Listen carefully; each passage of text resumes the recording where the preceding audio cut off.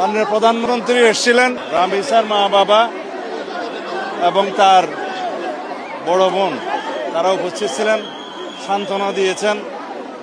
আমরা আশ্বস্ত করেছি পুলিশ ডিপার্টমেন্ট দ্রুততার সাথে আসামিকে গ্রেপ্তার করতে সক্ষম হয়েছে এবং আসামি তার স্বীকারোক্তিমূলক জবানবন্দি 164 ধারায় 164 স্টেটমেন্ট যেটা বলি সেটা করেছে।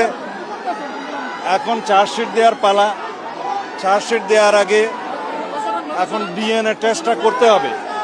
ডিএনএ টেস্টের জন্য আমাদের সিআইডি ল্যাবে অলরেডি আদালতের অনুমতি নিয়ে টেস্টের কাজ চলছে।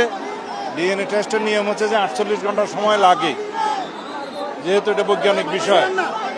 সেটা শেষ হবে রবিবারের দুপুরের মধ্যে।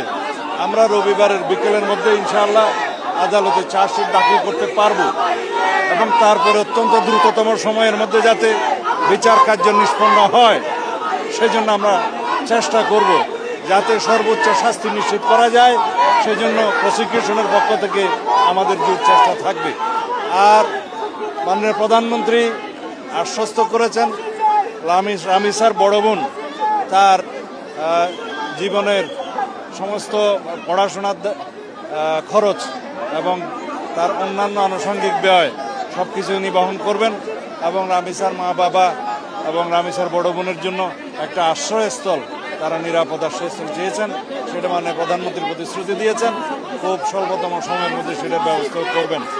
আমরা এইরকম ঘৃণ্যতম অপরাধের শিশু ধর্ষণ এবং হত্যা অথবা শুধুমাত্র শিশু ধর্ষণ যাই হোক, এই সমস্ত অপরাধের ক্ষেত্রে যাতে খুব দ্রুততার সাথে এবং সংক্ষিপ্ত সময়ে চার্জশিট দেওয়া যায় এবং বিচার কার্য সম্পন্ন করা যায়, সেজন্য যদি আইনে আরও কিছু পরিবর্তন আনতে হয় সে বিষয়ে আইনমন্ত্রী এখানে আছে, তিনি আজকে কথা দিয়েছেন। ক্যাবিনেট মিটিংয়ে আমাদের এটা আলোচনা হয়েছে, তিনি সেই বিষয়ে আইনি সংস্কারও সাধন করবেন। যেখানে প্রয়োজনীয় সংশোধনের দরকার সেটা আমরা করব। এইভাবে আমরা দেশে এরকম ঘৃণ্যতম অপরাধের যাতে আর পুনরাবৃত্তি না হয় সেজন্য চেষ্টা করবো ইনশাআল্লাহ। ধন্যবাদ। পরিবার চেয়েছে সুষ্ঠু ন্যায় বিচার দ্রুততম সময়ের মধ্যে, সেটা পরিবারের 1 নম্বর চাওয়া এবং সেটাই স্বাভাবিক। তারপরে তার যে অন্য কন্যা সন্তান আছে তার নিরাপদে যাতে থাকতে পারে, পড়াশোনা করতে পারে, উন্নত জীবন পায়, সেজন্য সহায়তা চেয়েছেন। সেটা মাননীয় প্রধানমন্ত্রী পরিবার বলেছেন যে এত দ্রুততম সময়ে এইভাবে গ্রেপ্তার হওয়া খুব নজিরবিহীন। তারা গ্রেপ্তার এবং আমাদের আইনি পদক্ষেপগুলোতে এখন পর্যন্ত তারা সন্তুষ্ট। আচ্ছা, আরেকটা বিষয়, যে দায়িত্ব নেওয়ার কথা বললেন আপনি, সেই দায়িত্বটা কি তারেক রহমান সাহেব নিজে নিচ্ছেন নাকি প্রধানমন্ত্রী হিসেবে নিচ্ছেন?